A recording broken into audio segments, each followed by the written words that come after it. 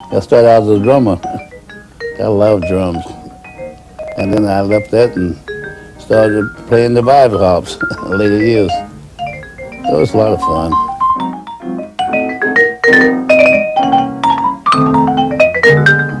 Well, see, my family left Birmingham, Alabama when I was a young tot and went to Chicago, like all families did in the South then, you know, going to the North to seek their fortune. I heard that you and Louis Armstrong had a rather unusual meeting with the Pope in Rome.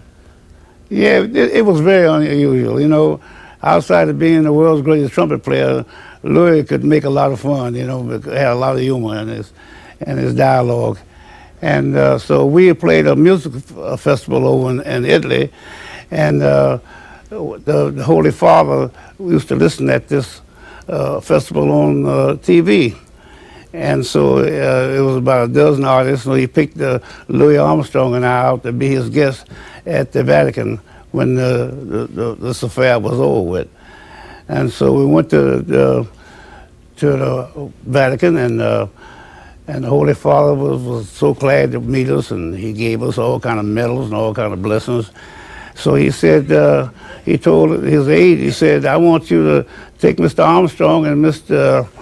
Hampton down to the submarine basement where we keep the dead saints. Said they go down there and they get a blessing.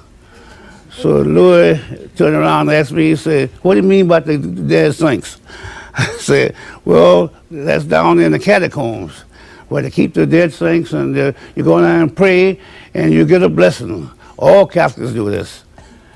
So Louis looked at the Holy Father and he said, hey man, he said, I'm gonna split. He said, because I'm a Baptist anyway. You know, when I first got to play music, I played with Louis Armstrong. When I was 16 years old, I was a drummer in his band. And then I stayed in California until a guy by the name of Benny Goodman came around. And Benny Goodman came to California, and I had a little band playing at the saloon out there. And lo and behold, one night I heard this clarinet player playing beside me, and it was Benny Goodman. And he had brought along his famous drummer, Gene Krupa, and he brought along Teddy Wilson. Teddy Wilson used to travel with Benny Goodman, but he only played when the rest of the band was off the stage. He played like in a mission piano, as great as he was. And so Benny Goodman jammed with me for about 2 hours, him and Teddy and Gene Krupa. And Benny said, I like this so well, so let's make a record. So we went out to RCA Victor Studio in Hollywood, and we recorded 2 songs called Moon Glow and Dinah. And the record came out, and the record got so popular, it won all the polls and all the critics' acclaim, that finally, this was August 1936.